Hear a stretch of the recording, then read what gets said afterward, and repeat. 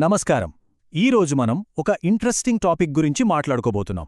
అదేంటంటే మార్కెట్ ఎలా ఉన్నా సరే స్థిరమైన ఆదాయాన్ని సృష్టిస్తూ మన సంపదను ఎలా వృద్ధి చేసుకోవాలి అనేది. సాధారణంగా స్టాక్ మార్కెట్ ఎప్పుడూ పైకి వెళ్లదు గదా, కొన్నిసార్లు అది అక్కడే ఆగిపోతుంది లేదా కొద్దిగా కిందికి పడిపోతుంది. మరి అలాంటి స్తబ్దుగా ఉన్న సమయాల్లో కూడా క్రమం తప్పకుండా డబ్బు సంపాదించడం సాధ్యమేనా? ఖచ్చితంగా సాధ్యమే. ఈ సెషన్లో మనం కవర్డ్ కాల్స్ అనే ఒక పవర్ఫుల్ స్ట్రాటజీ గురించి మాట్లాడుకుందాం. అంతేకాదు, కవర్డ్ కాల్ రైటింగ్లో మనం గుర్తుపెట్టుకోవాల్సిన అత్యంత ముఖ్యమైన అంశమేమిటో కూడా చాలా స్పష్టంగా, లోతుగా తెలుసుకుందాం.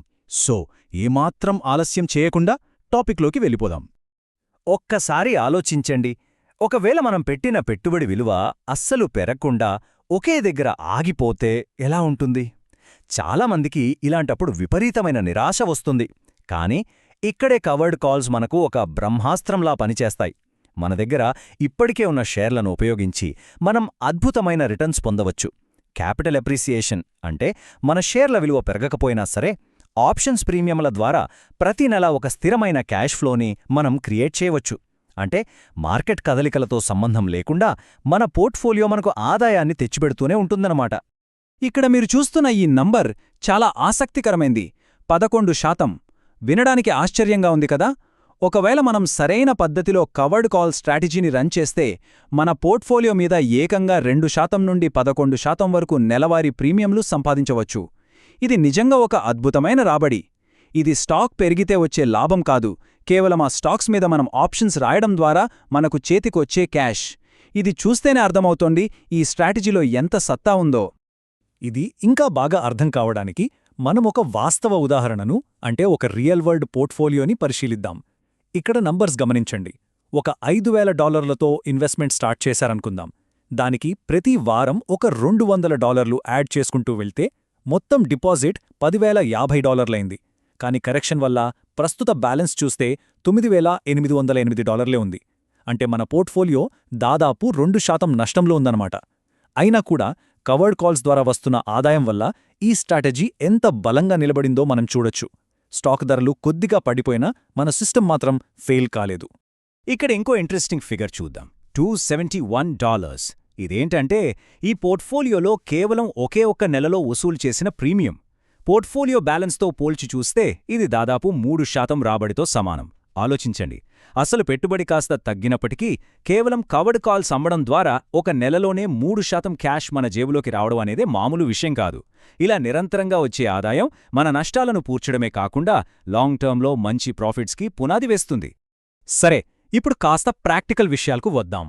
యాక్టివ్ ఆప్షన్ మెకానిక్స్, ట్రేడ్స్ని ఎలా మేనేజ్ చేయాలో చూద్దాం.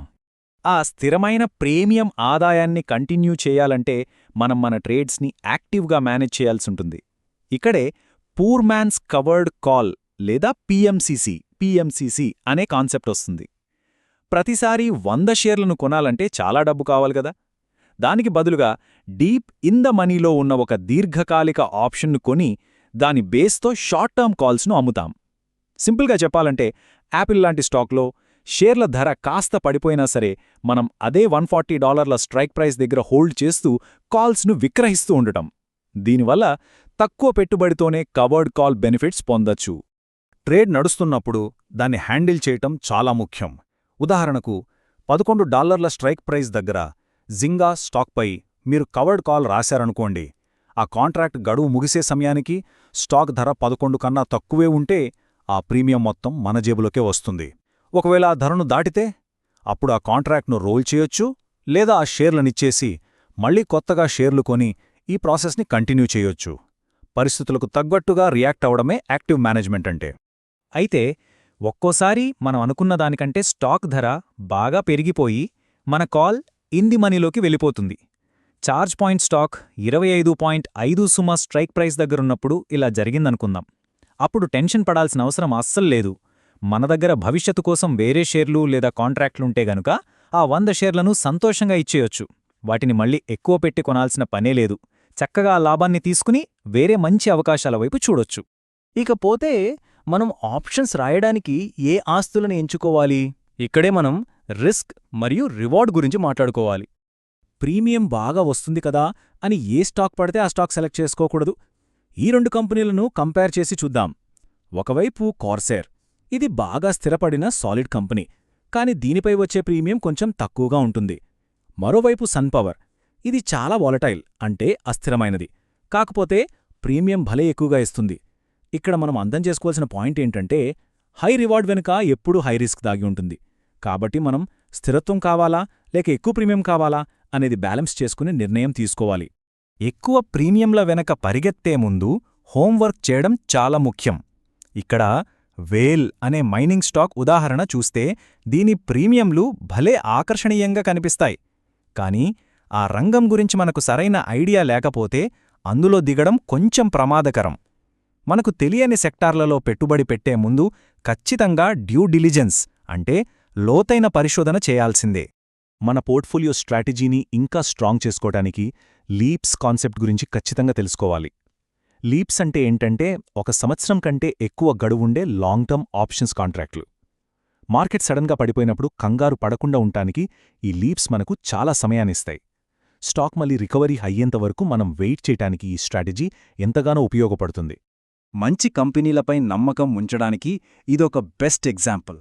ఇప్పుడు ఏఎండీ లాంటి ఫండమెంటలీ స్ట్రాంగ్ కంపెనీల లీప్స్ ఒకవేళ నష్టాల్లో ఉన్నా కూడా మనం భయపడకూడదు. ఎందుకంటే వాళ్లకు మంచి ఆదాయాలు వస్తున్నాయి, కార్పొరేట్ బైబ్యాక్లు చేస్తున్నారు. అలాంటప్పుడు ఆ కంపెనీకి తిరిగి కోలుకోవడానికి మనం కొంత సమయం ఇవ్వాలి. అవసరమైతే ఆ కాంట్రాక్ట్ గడువును ఇంకాస్త ముందుకు జరుపుకుంటూ హోల్డ్ చేయాలి. మనం ఎంచుకున్న కంపెనీ మీద మనకు కన్విక్షన్ ఉండటం చాలా ముఖ్యం. రైట్. ఇప్పుడు మనం ఈ సెషన్ మొత్తానికి అత్యంత కీలకమైన ఘటానికి చేరుకున్నాం.